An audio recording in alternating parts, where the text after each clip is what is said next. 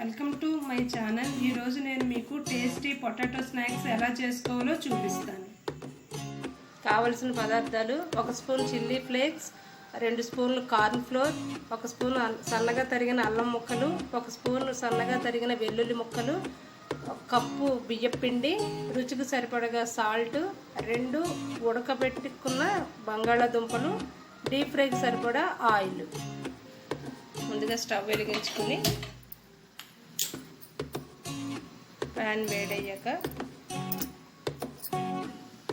Pan వేడెక్కాక 2 స్పూన్లు oil వేసుకోవాలి. ఆయిల్ వేడెక్కింది. ఇందులో ముందుగా సన్నగా తరిగించుకున్న అల్లం ముక్కలు, వెల్లుల్లి ముక్కలు వేసేస్తున్నాను. ఇది కొంచెం వేగాక అల్లం వెల్లుల్లి ముక్కలు వేగిపోయినాయి. ఇప్పుడు ఇందులో చిల్లీ ఫ్లేక్స్ వేస్తున్నాను. ఇవి కూడా కొంచెం వేగనిద్దాం. ఇవి వేగిపోయినాయి. ఇందులో ఇప్పుడు 1 కప్పు వాటర్ వేస్తున్నాను. వాటర్ బాయిల్ అవుతుంది. ఇందులో 1 కప్పు బియ్యం పిండి తీసుకుని ఇది ఇందులో వాటర్లో కలిసేలాగా కలుపుతూ ఉండాలి. బియ్యం పిండిని వాటర్ అంతా పీల్చేసింది. రెండు కలిసిపోయి ఇలాగా తయారవ్వాలి ఈ మిశ్రమం. ఇప్పుడు స్టవ్ ఆఫ్ చేసుకుందాం.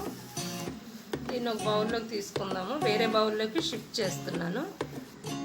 చల్లగా అయిపోయింది. ఇప్పుడు ఇది బాయిల్ చేసుకొని సన్నగా తురుము పెట్టుకున్నాను. ఈ పొటాటోని ఇది ఇందులో కలిపిస్తున్నాను. ఇప్పుడు దీనికి టేస్ట్కి సరిపడా సాల్ట్ వేసుకుంటున్నాను. ఇప్పుడు దీంట్లో 2 స్పూన్స్ కార్న్ ఫ్లోర్ వేస్తున్నాను. ఇప్పుడు దీంట్లో 1 స్పూను ఆయిల్ వేస్తున్నాను. నూనె వేసిన తర్వాత ఈ రకంగా స్మూత్గా ఉంటుంది పిండి. ఇప్పుడు దీన్ని బాల్స్లాగా చుట్టుకుందాం. ఇప్పుడు దీన్ని బాల్స్లా చేసుకున్నాను. ఇప్పుడు దీన్ని 2 అరచేతుల మధ్యలో పెట్టుకుని జస్ట్ ఇలా ప్రెస్ చేసుకోవాలి. ఈ రకంగా చూడండి ఎంత స్మూత్గా ఉన్నాయో. అన్నీ ఈ రకంగా చేసేసుకుందాం.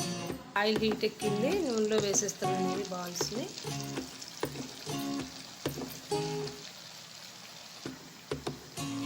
వీటిని గోల్డెన్ కలర్లో వచ్చేలాగా వేపుకోవాలి. వేగుతున్నప్పుడు కలపకండి. అది కొంచెం మీడియం ఫ్లేమ్లో పెట్టుకుని వేపుదాము. వేగిపోయాయి. నేను వేరే బౌల్లోకి తీసేస్తున్నాను వీటిని. ఇప్పుడు ఇవన్నీ గోల్డెన్ బ్రౌన్ కలర్లోకి వేగిపోయినాయి. ఇవన్నీ నేను వేరే ప్లేట్లోకి తీసేసుకుంటున్నాను. ఇప్పుడు వీటిని సర్వింగ్ బౌల్లోకి తీసుకున్నాను నేను. వీటిని టమాటో సాస్తో తింటే చాలా బాగుంటుంది. మీరు ఒకసారి ట్రై చేయండి. నేనైతే ఈ షేప్లో చేసుకున్నాను. మీకు నచ్చిన షేపుల్లో కూడా మీరు చేసుకోవచ్చు. ఈ రెసిపీ కనుక మీకు నచ్చినట్లయితే లైక్ చేయండి, షేర్ చేయండి, సబ్స్క్రైబ్ చేయడం మర్చిపోకండి.